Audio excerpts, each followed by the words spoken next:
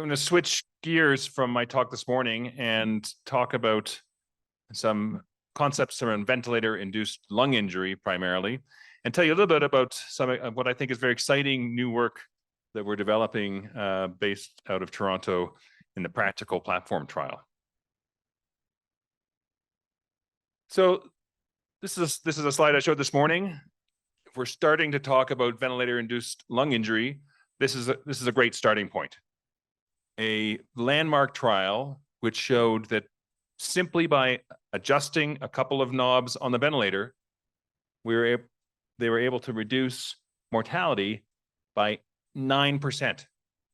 A huge reduction in mortality just by paying attention to and avoiding ventilator-induced lung injury. So this is great, and this sort of forms the basis or the starting point of what we would consider modern lung protective ventilation. But I'll put it to you that the story didn't end on May 4th, 2000, when this paper was published. There's still potential for further advances.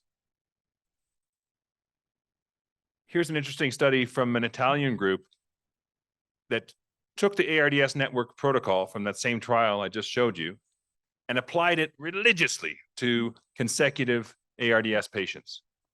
And they took the patients to the CT scanner to see what was happening.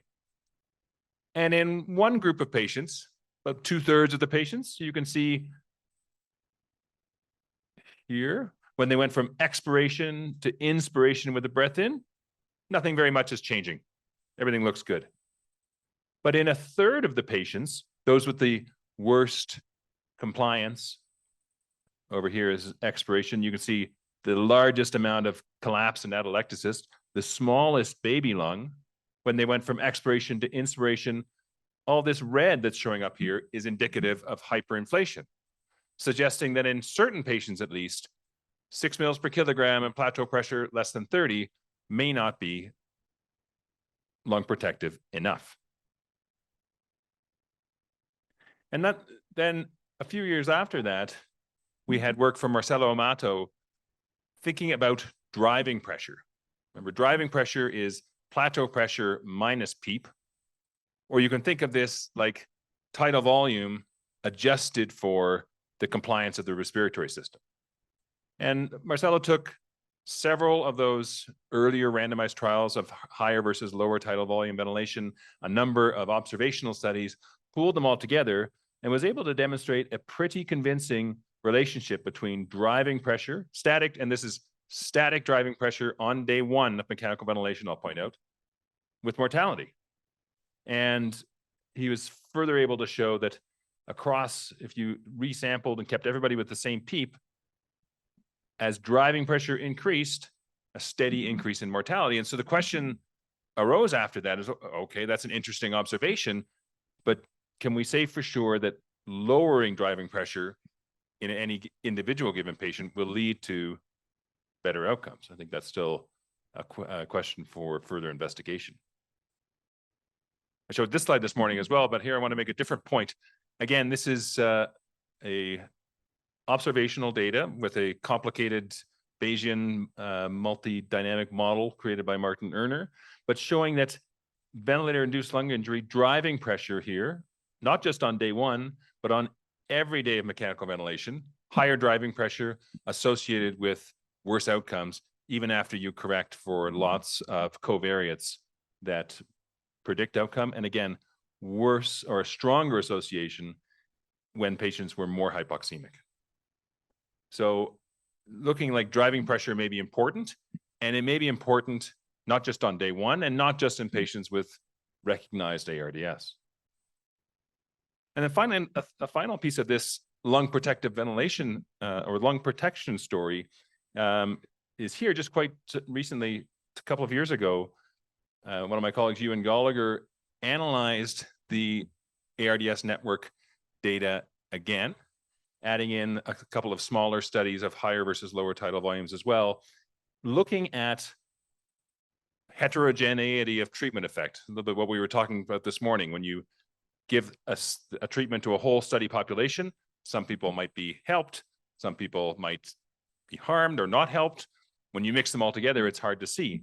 So what Ewan did was divide patients up according to what we're calling normalized elastance. Remember that elastance, I think most people are more comfortable thinking about compliance, right? Stiff lungs, low compliance. Well, remember that elastance is just the inverse of compliance. This is a very elastant table. It doesn't deform at all when I try to bend it. And so patients with low compliance have high elastance. One of the reasons it's easier to think of in elastance is that you can divide the elastance by the tidal volume and get a real number. So for example, if you have an elastance of, if you have somebody with a driving pressure of 15, that's change in pressure, and their tidal volume in mils per kilogram is 6 mils per kilogram, that's change in volume, delta P over delta V, that's elastance. So 15 divided by 6 is 2.5. So that gives us a threshold of higher versus lower elastance if we think of 6 mils per kilogram as our standard tidal volume, and around a static driving pressure of 15 as probably where that safe threshold might start in Marcelo Amato's study here. So when you arrange people by elastance and then look by normalized elastance and then look by group, the separation between the groups all happens out here in the high elastance, low compliance patients. Patients who had normal or only slightly elevated normalized elastance, i.e. their lungs were not very stiff, their driving pressures were not very high. Even in the 12 mils per kilogram group, there's no big difference between these two patients. So this paper hypothesized that all of that 9% absolute risk reduction that we saw in the ARMA trial was driven by the subset of patients who had high normalized elastance. Now, there's another thing we have to consider. All of those data that I showed you essentially were mostly 20th century data. They were mostly on patients not breathing spontaneously, treated in volume cycled assist control ventilation, sedated, no contributions of the patients. The way we ventilate patients has changed significantly in the last 20 years. And I don't know about your unit, but I suspect if we walked around, we'd find most of the patients breathing spontaneously on pressure support ventilation. And that makes it more complicated. It's another degree of freedom that we have to consider when we're trying to think about lung protective ventilation. Because this hypothesis that Laurent Bouchard, Art Slutsky, and Antonio Pesente put forward, that the patient's own efforts can further drive lung injury. That they term patient self-inflicted lung injury, which gets into a vicious cycle and further damages the lung, further increases respiratory drive, further overstretches the lung, and so on. And it's complicated. I have a whole talk about when we're going to let spontaneous breathing happen in ARDS tomorrow, I think. But the short answer is it's a little complicated. It's tricky. It depends, like many things in medicine. It's a nice experimental study from our friend Takeshi Yoshida. And he had an animal model of rabbits with two different severities of lung injury. In mild injury, which was just saline lavage, when they had so mild injury with the rabbits being paralyzed, significantly worse than mild injury when the rabbits were allowed to breathe a little bit. But in the more severe injury model, which was saline lavage plus some ventilation-induced lung injury, when there was no spontaneous breathing, things looked not great, but better, and things looked terrible when you had severe injury and you allowed spontaneous breathing on top of that in this animal model. It's just to say that there's spontaneous breathing and ventilator-induced lung injury interact, and one of the confounders may be the severity of that lung injury. And then we have a whole other organ to consider if you think about the muscles of respiration. And we've had a lot of attention paid to diaphragm dysfunction and ventilator-induced diaphragm dysfunction over the last few years, which can happen from a number of mechanisms shown here. But the point is that that the way in which, or how much effort we allow patients to have while breathing spontaneously or not has a big impact on their diaphragm morphology and on their clinical outcomes. These are a series of patients that we recruited and did daily diaphragmatic ultrasounds using M mode to look at the thickness of the diaphragm and to look at the thickening fraction. Your diaphragm, as the piston goes down, the diaphragm thickens just like your bicep does when you contract it, and you can measure that. And it's a marker of how vigorous an effort patients are making. So on the left here is a graph where we followed patients on ultrasound every day and looked what happened to the thickness of the diaphragm. On this axis is how many days went by. And on this axis is their degree of thickening fraction. A normal thickening fraction is around 25 to 40%. So if you had a normal amount of thickening fraction, over time, your diaphragm thickness didn't change very much. If you had very little activity, you had rapid loss of diaphragm thickness, presumably due to atrophy. And in patients who had a lot of activity, in excess of diaphragm activity, we actually saw an increase in thickness, but this is probably not a good thing because there was also a decrease in function. When we looked at clinical outcomes, correcting for a number of other factors, on any given day, your chance of getting extubated was highest when your diaphragm was closest to its baseline level of thickness. So if you'd had a significant degree of atrophy or significant degree of thickening, both of those impaired your likelihood of getting off the ventilator.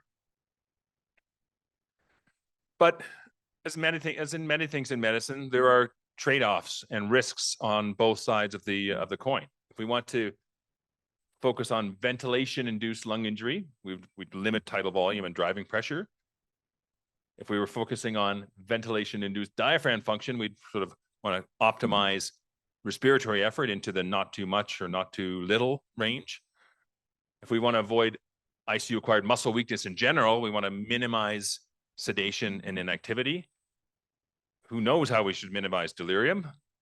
And all of these things have different impacts on duration of ventilation, mortality, and long-term outcomes. And if when you sit down and try to map all this out, it becomes very confusing thinking about the interactions between illness severity and sedation and diaphragm dysfunction and inactivity and weakness and long-term outcomes. It's a complicated network to figure out which one is going to trump what. So we need some empirical data. At the same time, we're thinking about how can we study things more efficiently, get answers more quickly. And one proposal for this, and this became very famous during the pandemic, is the idea of a platform trial. A nice review article or a 2 or 3 page review synopsis here, written before the pandemic by Scott Barry and Roger Lewis in JAMA.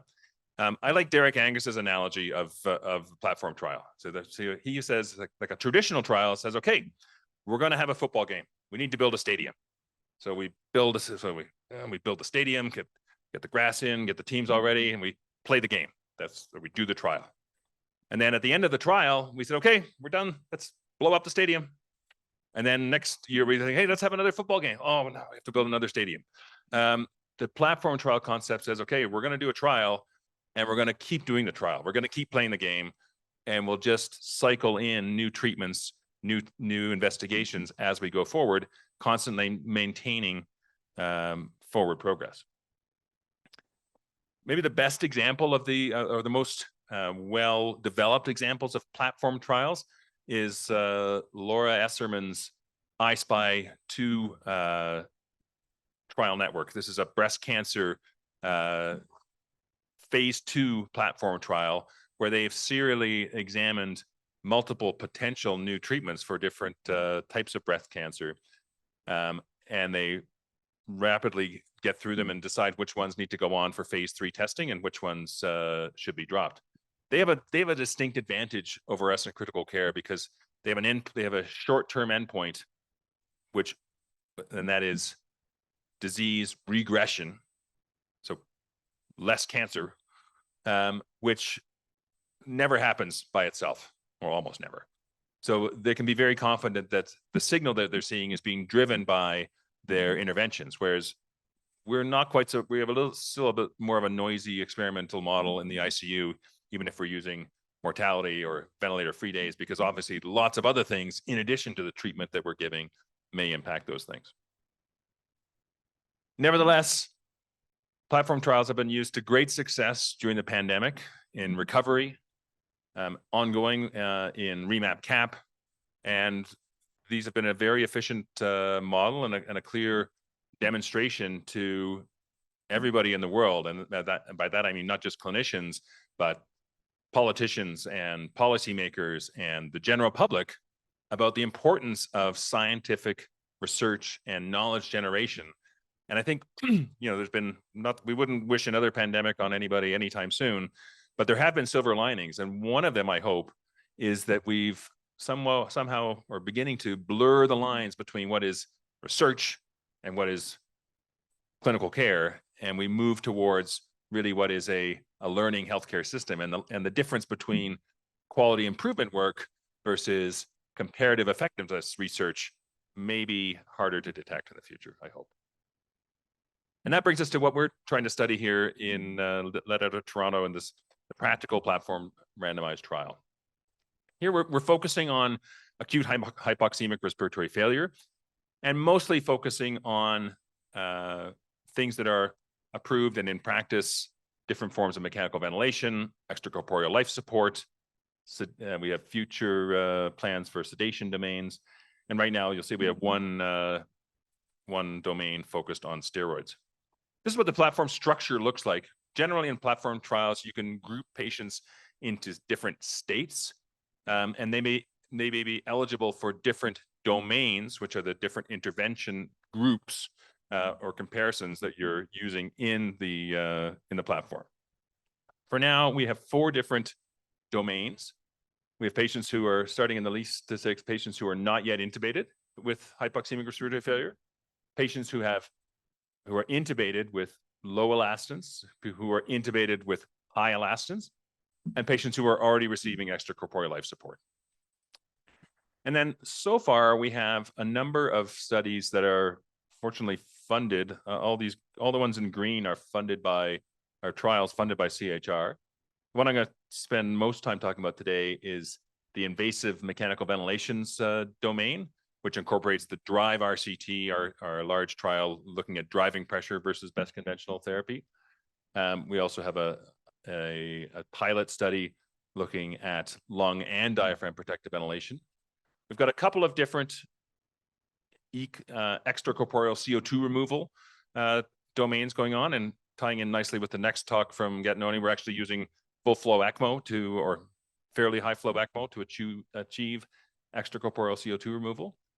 And then we have another phase 3 study that's just about to start in the domain, which is the CORTI-2 trial, looking at steroids for early steroids for ARDS, and then late steroids for both ARDS and COVID ARDS.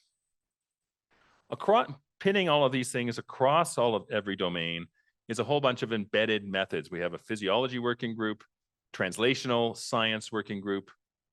We have a Bayesian adaptive modeling statistical group. You can't do any of these trials without a good, strong statistician. We have some embedded registry data, and we have a causal inference working group with Martin Erner and Eddie Fan using some advanced techniques and observational data to try and see whether we can predict and see how accurate new causal inference studies are in predicting the outcomes from actual randomized experiments. There's lots of people involved and it's complicated. That's all I wanted to show with this, right? But we're trying to be fairly process oriented and making the trial run properly. I'll tell you quickly about these two ECMO arms. One is Ultimate. This is ultra low tidal volume mechanical ventilation in hypoxemic respiratory failure through ECMO. We're taking patients who have moderate or severe hypoxemic respiratory failure who don't yet meet criteria for going on ECMO, so PF ratio above 80 and less than 200, who have a high driving pressure after you've already turned the tidal volume down to 6 mils per kilogram. And we're excluding patients with COVID-19 here because of a higher risk of intracranial hemorrhage that we saw during the pandemic. And we're randomizing them to be cannulated and go on ECMO, have the tidal volumes and pressures turned way down on the ventilator for a couple of days. And then for the rest of that first week, using ECOR to modulate their respiratory drive and maintain safe, spontaneous breathing. That's what I just said there. And our comparator arm for this and most of the trials is an ARMA light sort of approach, where we're saying 6 mils per kilogram, plateau pressure is less than 30, but you can use whichever mode of ventilation you want to achieve that, and you can use whatever PEEP you think is the right PEEP to do so. Proactive is another ECMO trial, asking a slightly different question, is saying, can we use ECMO maybe in patients who are less sick to avoid this all the downsides of sedation and immobilization, putting people onto ECMO, getting them extubated as soon as possible, mobilizing them, coming off sedation, and seeing if that will improve outcomes compared to our usual criterion. Now, to tell you a little bit more about the invasive mechanical ventilations domain here. Right now, in most centers, we're going to run 2 groups: lung protective ventilation or driving pressure limited ventilation. Right now, these 2 comparators are being rolled out in a randomized trial that will enroll up to 4,000 patients from 100 or maybe closer to 120 different sites globally. At the same time, we're running so that's a phase 3 study running on the platform. At the same time, we're running a feasibility pilot study of what we're calling the landmark trial, which takes the driving pressure limited ventilation strategy and adds a diaphragm protective component as well. And in 6 sites here, enrolling about 150 patients, we'll randomize to any of these 3 to explore the feasibility of our lung and diaphragm protection targets. In actual fact, for DRIVE, we're conducting essentially 2 parallel randomized control trials, one in the low elastance group, high compliance, one in the high elastance, low compliance group. I think it makes sense. The data that we have from Marcelo Amato and others about the dangers of high driving pressures make a compelling case why driving pressure limited ventilation might be better in this group. But we also think that there may be a reason to focus on driving pressure in the low elastance, high compliance group, because it might mean you don't have to care so much about the tidal volume. You don't have to sedate the patient to maintain a tidal volume of 6 mils per kilogram, when even at 8 or 9 or 10 mils per kilogram, their driving pressure is still only 12 or 13 centimeters of water. When people get into the platform, we have overall platform eligibility criteria, which are outlined here on the left, that are essentially hypoxemic respiratory failure. That's fairly new. And we're excluding patients who have heart failure, pulmonary embolism, asthma, COPD as their primary reason for hypoxemic respiratory failure. And we don't want people who are anticipated to die or be extubated in the next 24 hours. In this particular domain of the invasive mechanical ventilation strategies, we're dividing people into the inclusion criteria by low or high elastance state. And these are the exclusions here, mostly focused on reasons where either patients are not sick enough or too sick, or are otherwise likely to have a very long duration of ventilation that's not related to ventilator-induced lung injury. I've kind of hinted at what we're doing here before, but to tell you more explicitly, in the lung protective ventilation, or our control group, is ARMA light, 6 mils per kilogram, allowing 4 to 8, keep the plateau pressure less than 30, but use whichever mode of ventilation you want, titrate PEEP as you see fit. In the driving pressure limited arm, when patients are on controlled mechanical ventilation and are not breathing, not making any of their own spontaneous efforts, we say set the ventilator to maintain a static driving pressure less than or equal to 15. Once the patients, or if they are already, when the patients are breathing spontaneously, then we want to take into account both the efforts of the force of the ventilator and the forces that the patient generates. And here we're going to calculate an estimated dynamic transpulmonary driving pressure, and we want to keep that at less than 23. And I'll show you how that's going to work in a second. Here it is. So when we look at the ventilator on a patient on pressure support ventilation, we're often only seeing the tip of the iceberg. We see the 5 centimeters of water pressure support that you've set on the ventilator.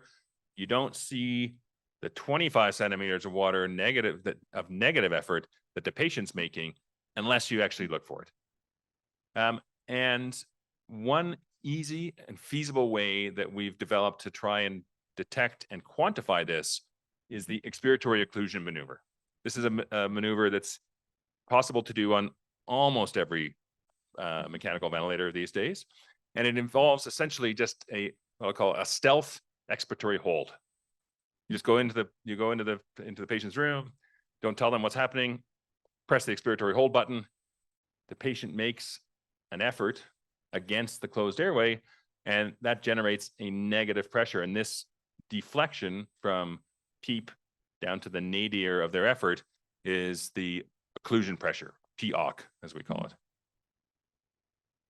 And we've shown that this is actually well correlated with the transpulmonary pressure gradients validating this with esophageal balloons. You have to do a bit of a correction factor because going against a closed airway makes the pressure higher than it otherwise would be.